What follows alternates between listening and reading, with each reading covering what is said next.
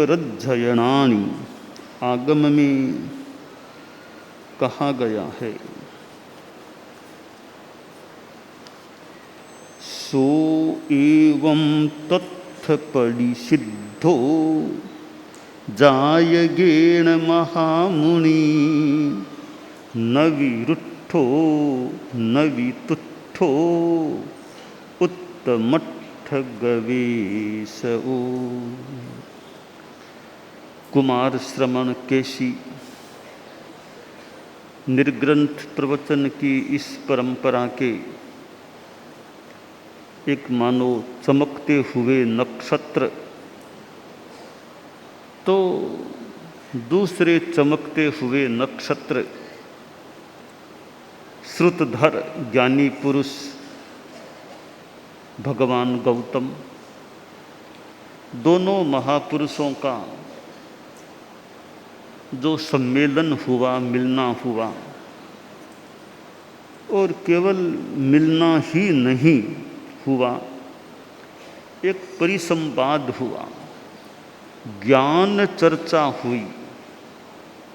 और ज्ञान चर्चा भी मानो कोई एक दूसरे को पराजित करने के लक्ष्य से नहीं प्रतीत हो रही है। एक ज्ञान वर्धन के लिए या कोई विचार विमर्श जो भी एक सकारात्मक कह दे, जहाँ चर्चा का उद्देश्य पराजित करना ही है, मन में कुछ अहंकार का भाव, मुझे जीत मिले, ये हार जाए, मेरा नाम हो जाए। ठीक है, चर्चाएं शास्त्रार्थ दुनिया में हो सकते हैं, शास्त्रार्थ ज्ञान का माध्यम भी बन जाए, तत्व विनिश्चय का भी कोई माध्यम बन जाए।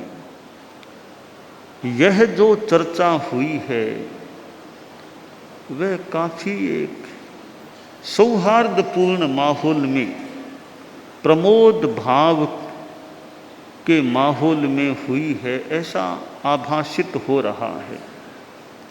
एक प्रश्नोत्तरों का क्रम चला और अंतिम प्रश्न जो कुमार श्रमण केशी के द्वारा किया गया था कि क्षेम शिव अनाबाद स्थान किसको मानते हो, और ज्ञानी पुरुष गौतम ने समाधान या उत्तर भी दिया कि ऐसा शाश्वत स्थान है, निर्वाण है, अबाध है, सिद्धि है, लोकाग्र है, जो एकदम क्षेम शिव है, क्षेम शिव अनाबाद है, और वह शाश्वत वास का स्थान है। यह अंतिम प्रश्न व उत्तर हुआ। और कुमार श्रमण केशी के संशय के छिन्न हो जाने पर, एवं तो संशय छिन्ने केशी घोर परक में अभिवंदिता शिरसा गोयमम तु महायशम। अब कुमार श्रमण केशी मानो उत्तर मिल गए हैं। संशय छिन्न होने पर घोर पराक्रम वाले केशी, कितना सुंदर विशेषण दिया गया है केशी के लिए।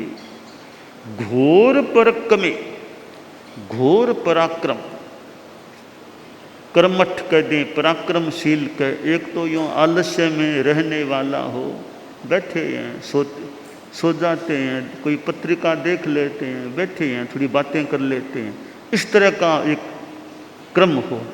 एक नहीं, सलक्ष्य उस दिशा में काम करना है, पराक्रम करना है, पुरुषार्थ करना है। तो घोर पराक्रम, हम चारित्रात्माएं, हमारे में भी कई बहुत पराक्रम करने वाले, पुरुषार्थ की लौ प्रज्वलित रखने वाले हो सकते हैं, घोर पराक्रम करें। अब यात्रा होती है, मान आचार्य श्री तुलसी ने यात्राएं की थी, तो चलना भी पराक्रम है कि सुबह चलो, कभी दोपहर में चलो, शाम को चलो। तो यह भी तो पराक्रम है।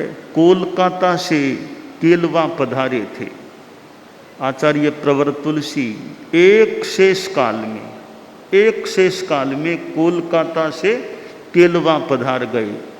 बीच में ये सरदार शहर और होकर पधार गए थे। तो वह भी एक प्रकार का पराक्रम था, पैरों से चलना, इतने दूर की यात्रा करना। आचार्य श्री तुलसी के जीवन की एक प्रलंबतम यात्रा संभवतः वो कोलकाता से केलवा की यात्रा थी। उसके साथ मान लो प्रवचन भी हो, जनसंपर्क या और भी काम भी हो, तो चलना भी अपने आप में एक पराक्रम होता है। कुमार श्रवण केशी घोर पराक्रम वाले, ज्ञान के क्षेत्र में पराक्रम करें, पढ़ाने में, उपदेश देने में, प्रवचन में और कोई काम में अच्छा पराक्रम करें, तो निर्ग्रंथ प्रवचन के वे एक तेजस्वी नक्षत्र, भगवान पार्श्व की परंपरा में चौथे पट्टधर आचार्य कुमार श्रवण केशी और उनका फिर शिष्य समुदाय। जब गौतम प्रवर ने उत्तर दिए, अब संतोष हो रहा है कि उत्तर मिल गए हैं, तो अभिवंदिता शिरसा गोयमम तो महायशम, महायशस्वी गौतम जिन्होंने इतने उत्तर दिए हैं, अब गौतम को मस्त सिर से अभिवंदन कर, सिर से अभिवंदन, जैसे माथा झुका करके अभिवंदन करना। तो गौतम यशस्वी महायशस्वी का कुमार श्रवण केशी सिर से अभिवंदन करते हैं। और अभिवंदन कर भाई अब तो इतनी चर्चा हो गई, हम भी गौतम जी वाला धर्म स्वीकार कर लें, हमें समाधान मिल गया, अब दिमाग क्लियर है, संशय कुछ है नहीं, सब जान लिया। चतुर्याम क्या, पंच शिक्षात्मक धर्म क्या, कपड़े क्यों रखना क्यों नहीं, ये फर्क क्यों है, इन सारी बातों का क्लियरेंस स्पष्टीकरण हो गया है।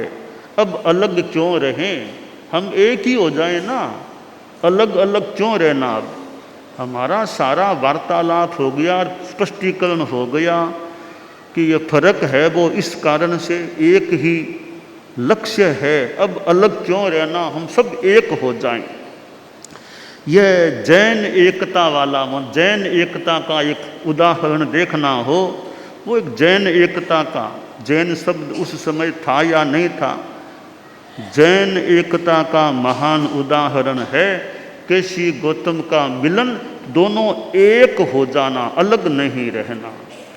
तो एक होने के रूप में मानो पंचमहब्बय धम्मम परिवज्जयी भावो पुरीमस्य पश्चिमम्मी मग्गे तत्थ सुहावही।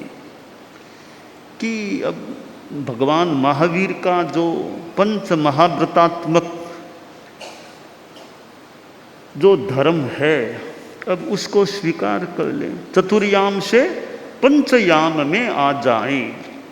हमारी परंपरा भगवान पार्श्व की है, चतुर्याम धर्म हम पाल रहे हैं, अब हम भगवान महावीर की परंपरा गौतम जी के साथ हो जाएं। तो कुमार श्रवण केशी पंच महाव्रत धर्म को स्वीकार कर लेते हैं, भाव से, भावतः अंतर से, भाव से स्वीकार करते हैं और पूर्व से पश्चिम में आ जाते हैं।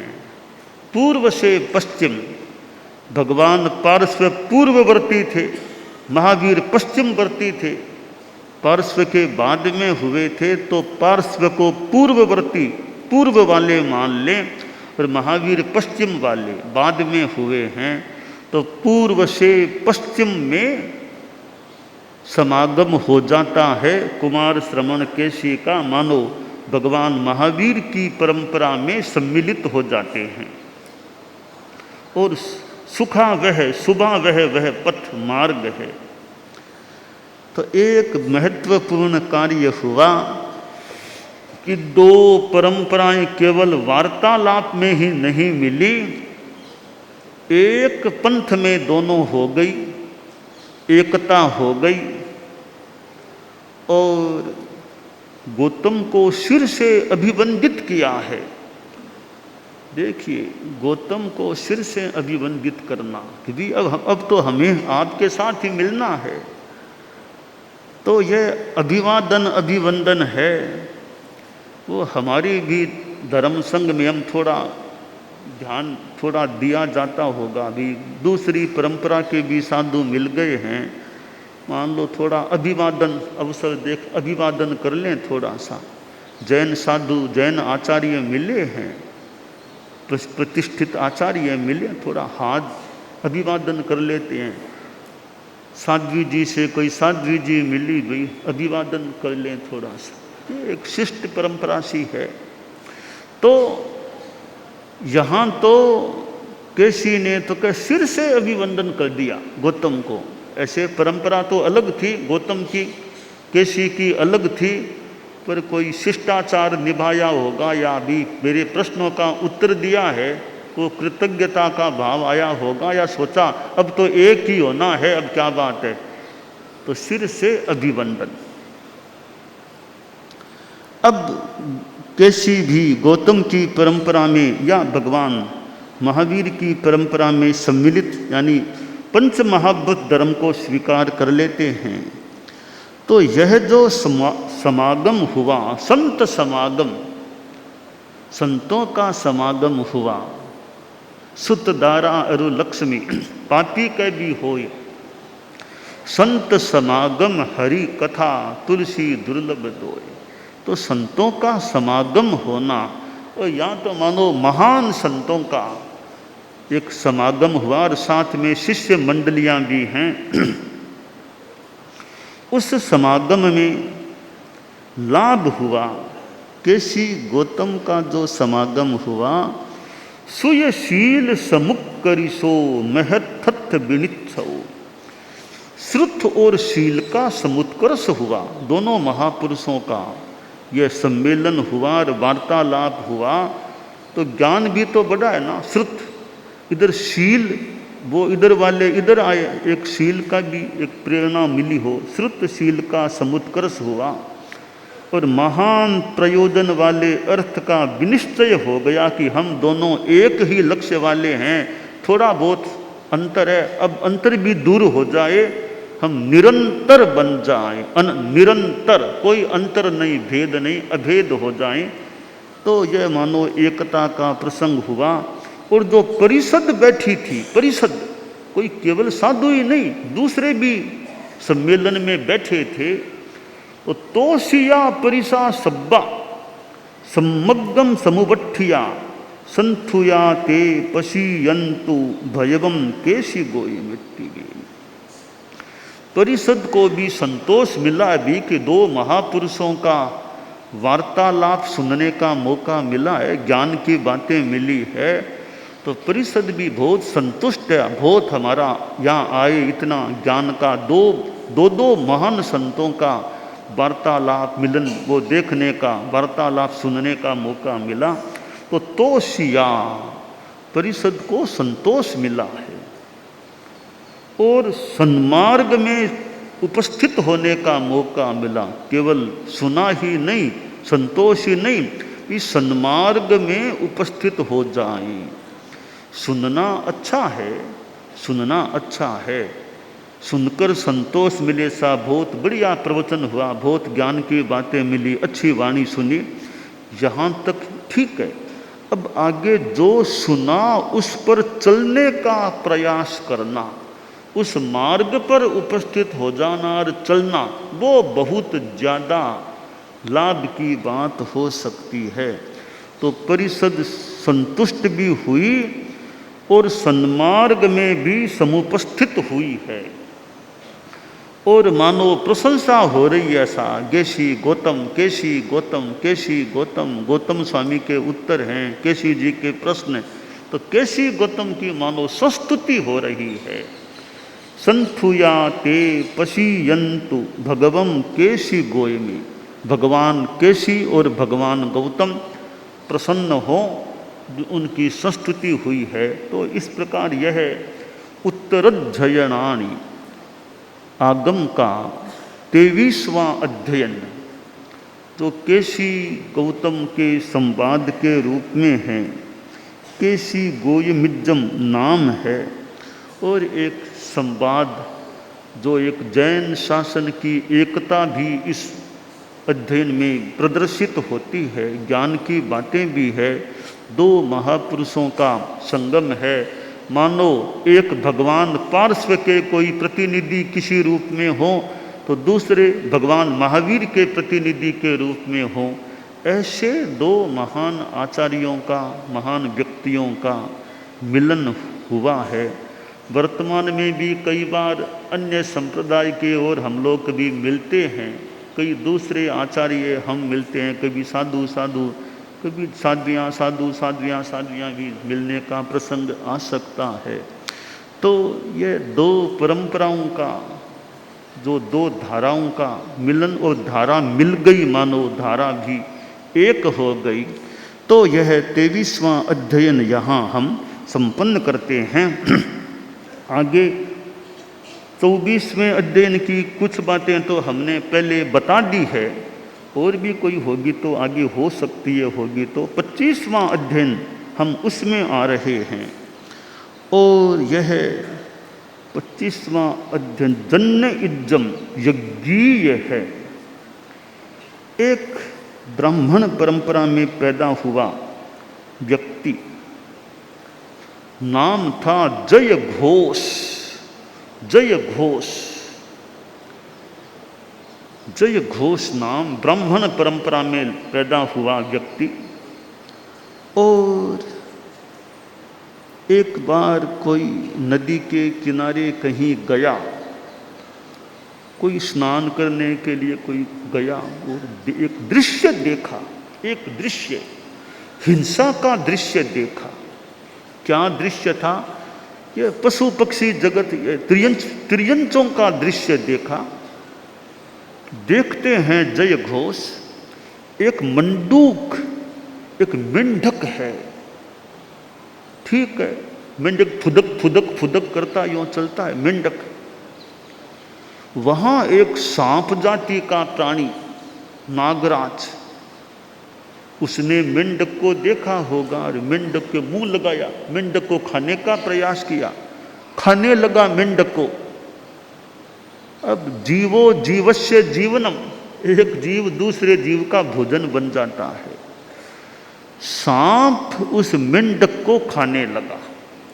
इतने में एक पक्षी, कुरर, कुरर क्रौंच जो भी पक्षी आता है वो सांप को खाने लग जाता है। कुरर पक्षी सांप को खा रहा है, सांप कंपायमान हो रहा है, तो भी सांप मेंढक को खाना नहीं छोड़ता, वो मेंढक को खा रहा है। सांप का भोजन मेंढक मानो, कुरर का भोजन मानो या भक्ष्य मानो सांप, यूं खाया जा रहा है। सांप कुरर पक्षी के द्वारा खाया जा रहा है और मेंढक सांप के द्वारा खाया जा रहा है।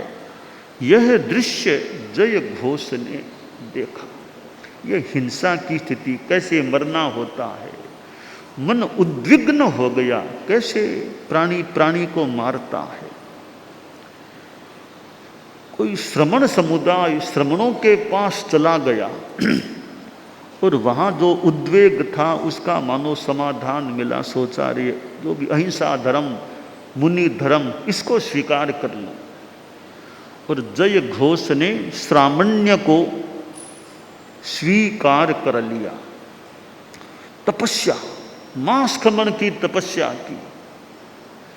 ये मांस खमन की तपस्या की बात आती है, वर्तमान में भी देखने को मिलती है। प्राचीन साहित्य और में कि मांस खमन का पालना था और मुनि भिक्षा के लिए गया, तो मांस खमन की बात तो आज भी कितनी हमारे सामने प्रकट हो रही है, कितनी तपस्याएं हो रही है। करने वाले तप करते हैं, मुनि जी, चारित्रात्माएं भी लंबी लंबी तपस्या करते हैं। अभी तो पचरंगी की तपस्या श्रावक श्राविकाओं के लिए सामने आ रही है। त्रयोदशी चतुर्दशी, फिर यह पूर्णिमा जो 5 दिन की पचरंगी है। 27 जुलाई को परम पूजनीय, परम वंदनीय, परम स्तवनीय महामना आचार्य भिक्षु की जन्म त्रिशताब्दी वर्ष की संपन्नता का वो दिन आ रहा है। और उसके साथ ही मानो यह पचरंगी भी जुड़ी हुई है। तो श्रावक हैं, श्राविकाएं हैं जो इस पचरंगी के यज्ञ में आहुतियाँ दे सकें, वे उसमें जुड़ सकते हैं। तपस्या का क्रम है। तो साधु जी, साध्वी जी अपना नाम लेने में, प्रेरणा देने में कि पचरंगी में कौन कौन जुड़ सकते हैं, तो जुड़ने वालों को प्रेरित भी किया जा सकता है। यथा अपेक्षा नाम नोट किया। तो यह पचरंगी का यज्ञ 27 जुलाई से मानो शुरू होने वाला है। तो ये मुनि जी, जय घोष मुनि जी, मास खमन का तप और फिर स्वयं भिक्षा के लिए जाना। हमारे कोई साधु के पालने में खुद झोली हाथ में लेकर के अपना गोचरी जाने वाले, ठीक है। मास खमन में तो कोई हो तो जाने वाले, पता नहीं, छोटी मोटी तपस्या में खुद गोचरी कर लें। तो ये मुनि जी तो स्वयं मानो भिक्षा के लिए जा रहे हैं। और शरीर में सामर्थ्य हो, ज़्यादा कोई कठिनाई नहीं, तो तपस्या के पारने में भी साधु गोचरी के लिए जा सकते हैं। तो मुनि जी गए, भिक्षा के लिए गए और एक जगह पहुँचे जहाँ कोई भोजन का मानो समारंभ कोई जय घोष का ही भाई था, विजय घोष। तो वहाँ कोई यज्ञ का आयोजन हो रहा था और इधर मास खमन का पालना था जय घोष मुनि के। विजय घोष के यज्ञ के वहाँ भिक्षार्थ उपस्थित हुए। तो जय घोष से कहा गया, आपको भिक्षा नहीं दूंगा, यहाँ भिक्षा नहीं है, यह ब्राह्मणों के लिए भोजन है, जो पारगामी हैं, ज्ञानी हैं, काम करने वाले, उनके लिए हैं। आपको यहाँ कुछ भिक्षा नहीं दूंगा, नहीं दी जाएगी। आप और कहीं जाइए, यहाँ कोई भिक्षा नहीं मिलने वाली है, आपकी इच्छा। बहुं पर घरे अथ, गृहस्थ के घर में बहुत कुछ है। अदंत्यसन, नहीं दे तो कुपित नहीं होना कि शयन आसन आदि जो भी चीजें गृहस्थ नहीं दे तो नहीं दे। साधु को तो रोष नहीं करना, गुस्सा नहीं करना। तो मनाही कर दी गई कि कोई भिक्षा नहीं दूंगा और कहीं चले जाओ, या नहीं। ये हमारे ब्राह्मणों के लिए सारा समारंभ हो रहा है। तो मुनि जी ने सोचा कोई बात नहीं, मेरा धर्म तो, मुनि का धर्म तो समता है। सो एवं तत्थ परिसिद्धो, ऐसे प्रतिषेध किए जाने पर, भिक्षा का निषेध किए जाने पर, वह महामुनि जय घोष महामुनि न विरुद्धो न वितुष्ठो उत्तमठ गवेशौ, न तो रुष्ट हुए न तुष्ट हुए, उत्तमार्थ गवेशक थे। वो तो मोक्ष के मानो गवेशक थे। तो ये अनुकूल प्रतिकूल परिस्थितियां हैं, गुस्सा क्या करना, रोष क्या करना। नहीं दें तो, मेरा तो भोजन है नहीं ना, इनका है, इनकी इच्छा, दें अथवा न दें। तो न देने वाले पर गुस्सा नहीं, और दे दे तो बहुत कोई खुशी नहीं कि मुझे इतना मिल गया, इतना मिल गया। भोजन पाने के लिए कोई दीनता नहीं करना, किसी तरीके से उनकी प्रशंसा करो, वो करो, ये बताओ मैं तुम्हारे वो लगता हूँ, मैं तुम्हारे वो लगता हूँ, ताकि बढ़िया भोजन दे दे। साधु को भी इस रूप में स्वाभिमान रखना। स्वाभिमान का मतलब उचित एक भावना कि भिक्षा के लिए मैं बताऊं तेरे वो लगता हूँ, तेरे वो लगता हूँ, मेरे तेरा पिता मेरे वो लगता है, जरूरत नहीं। भिक्षा दो चाहे मत दो, ये इस प्रकार की दीनता करना वो साधु हमें मंजूर नहीं। हाँ, अच्छी तरह बात करें दो, पर उसके लिए कोई संबंध बताएं, तुम्हारी प्रशंसा करें, वो हमें नहीं। देना हो तो दो, आपकी इच्छा, कोई बात नहीं। तो साधु नीचे न आए, हल्का न बने कि भिक्षा के लिए प्रशंसा करनी पड़े, भिक्षा के लिए संबंध बताने पड़े कि वो तुम्हारे बाप मेरे बाप के मित्र थे, वो बताने की ज़रूरत नहीं है। हम तो साधु हैं, आप देना चाहो तो दो, आपके लाभ की बात। नहीं देना चाहो, हमें कोई गुस्सा नहीं करना, रोष नहीं करना, आपकी इच्छा। तो यह साधु का स्वाभिमान, इसको स्वाभिमान कहें या और कुछ कहें, कि भिक्षा के लिए कुछ आजीजी करना पड़े, प्रशंसा करना पड़े, बार बार उनके बारे में बोलो करो, ऐसा नहीं हमें। तो यह साधु की निष्प्रियता, फक्कड़ता, फकीर, और कोई फिक्र भी नहीं, क्या मिलेगा, फिक्र का फाका करे ताको नाम फकीर। कि फकीर कौन है, फिक्र का फाका, कोई फिक्र नहीं, चिंता नहीं, सहज शांति में है, अपने आप में है। तो हाँ, प्रशंसा करना हो तो इसलिए नहीं कि मुझे कुछ मिल जाएगा कि दे देंगे, गोचरी बढ़िया बहराएंगे, इसलिए हमें प्रशंसा नहीं करनी है। न कोई जाति संबंध बताना भिक्षा पाने के लिए, अज्ञात, हमें जाति के संबंध नहीं बताना। यह साधु की अपनी तपस्या साधना। तो मुनिश्री जय घोष, उन्होंने सोचा भी ठीक है, भिक्षा के लिए प्रतिषेध कर रहे हैं तो कोई 1 महीना तो कई लिया, भले थोड़ा और आगे हो जाए, तो नहीं मिलेगा तो और आगे बढ़े, थोड़ा 31 कर लो, 32 कर लो, 33 कर लो। ये कम से कम 27 हो गया तो लघु मास खमन तो हो ही गया ना। 27 की तपस्या हो गई है तो लघु मास खमन हो गया। 28 कर लो, 29, 30, 31, ये सब मास खमन की कोटि में संभवतः आ जाते हैं। फिर और आगे बढ़ो तो लंबी तपस्या हो गई। 27 न्यूनतम हो गए तो मास खमन तो हो गया, भले लघु मास खमन बोल दो। तो मुनिश्री के तो जय घोष के वो मास खमन की तपस्या का अब पालना भी है, परंतु अब भोजन का निषेध हो रहा है। तो यह हमारे साधु समुदाय की भी निर्जरा है, शांति रखो अपने। कठई कदई घी घना, कदई मुट्ठी चना, कदी चना भी कोनी, कभी चना भी नहीं है। कदई घी घना, कदई मुट्ठी चना, कदई चना भी नहीं, वो भी नहीं मिलता। ठीक है, कोई बात नहीं। यह हमारी समता, सामान्य की साधना, तपस्या, सहज समता की भावना मुनि में, साधु में रहनी चाहिए। तो यह जो मुनि जय घोष की बात है वो हमारे लिए काम की है। नवी रुट्ठो नवी तुट्ठो, यह कोई समता रखने का सूत्र क्या है, आलंबन सूत्र क्या है। हम चारित्रात्माएं बैठे हैं, यह भी एक आलंबन सूत्र बन सकता है। नवी रुट्ठो नवी तुट्ठो, नवी रुट्ठो नवी तुट्ठो, न रुष्ट होना न तुष्ट होना। यह एक समता की साधना का बड़ा महत्वपूर्ण सूत्र है।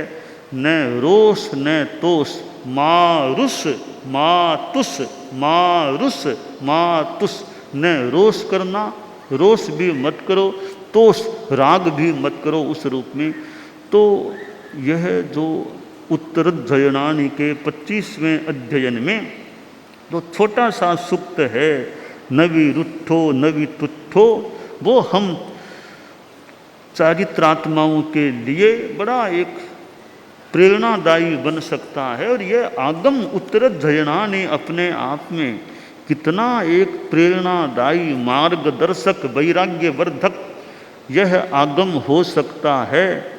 और प्रवचन में, व्याख्यान में ऐसे आगम का उपयोग हम चारित्रात्माएं करें। और भी आगम है, और कई आगम है हमारे, तो कुल 32 आगम है। यह भी एक आगम है जिसका हम अच्छा उपयोग प्रवचन में, स्वाध्याय में, अनुप्रेक्षा में भी यथा योग्य कर सकते हैं। तो मुनि जो होता है उसको न रोष में जाना न तोष में, जगह भी कहीं मिले न मिले बढ़िया। आचार्य भिक्षु के जीवन को देखें, अब केलवा पधारे थे और वो विक्रम संवत 1817 और के अब चतुर्मास के लिए जगह चाहिए, पर जगह भी केलवा में कहीं जगह कहाँ मिले रहने के लिए। श्रावक जी कोई हो तो बताओ, कोई संतों को जगह यहाँ मिल सके तो।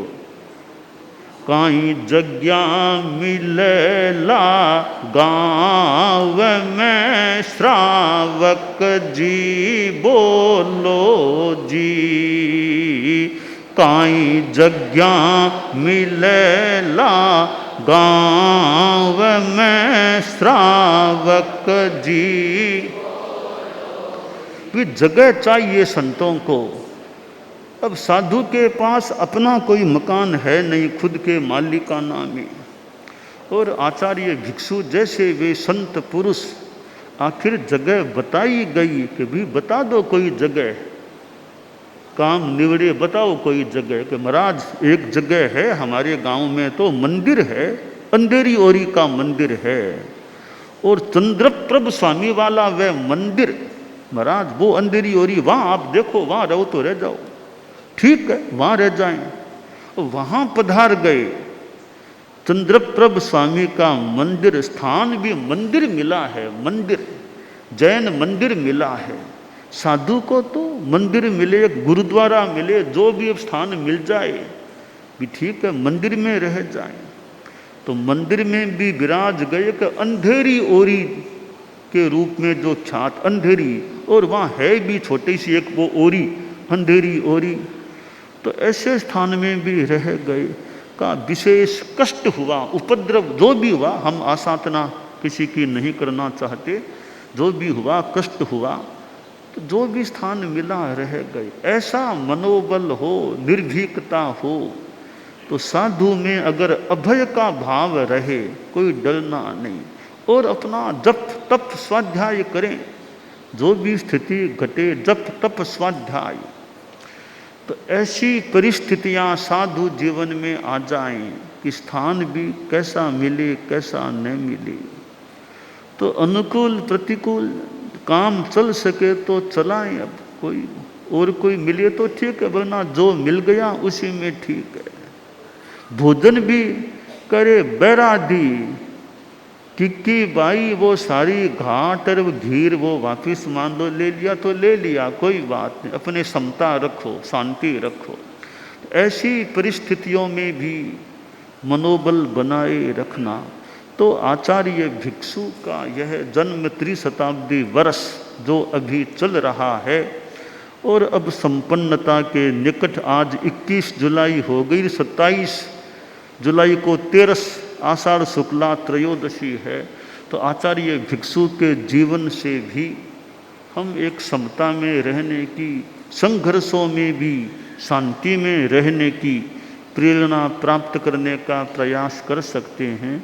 आचार्य महाप्रज्ञ जी को देखें, जब गुजरात पधारे सन 2002 में, जब गुजरात पधारे थे, वो हिंदू मुस्लिम का वो गोधरा रेल कांड से जो एक संघर्ष उत्पन्न हुआ था, एक विरोध का माहौल, उस परिस्थिति में भी अहमदाबाद पधारे थे।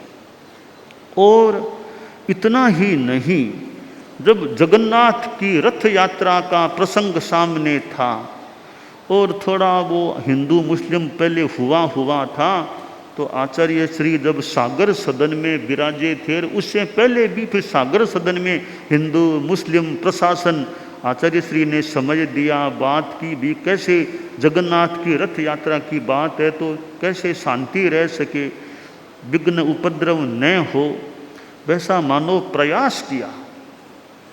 और जगन्नाथ की रथ यात्रा पहले तो थोड़ा सुनने में संभव था कि इस पर बैन लगा दिया जाए, बैन के यात्रा भी हुई वो जगन्नाथ की रथ, और आचार्य श्री भी पधारे। एक पॉइंट पर आचार्य श्री, हम लोग भी साथ में थे, पधारे, थोड़े वहाँ विराजे थे, और वह जगन्नाथ की रथ यात्रा आखिर निकल गई। कई घंटे संभवतः उसमें लगे थे। तो उस विरोध के माहौल में भी आचार्य श्री गुजरात पधार गए। ऐसा नहीं कि यात्रा छोड़ दी नहीं जाएंगे, विरोध है। बाकी द्रव्य क्षेत्र काल भाव की बात है, कभी छोड़नी पड़े तो छोड़नी भी पड़े, जैसा मौका लगे।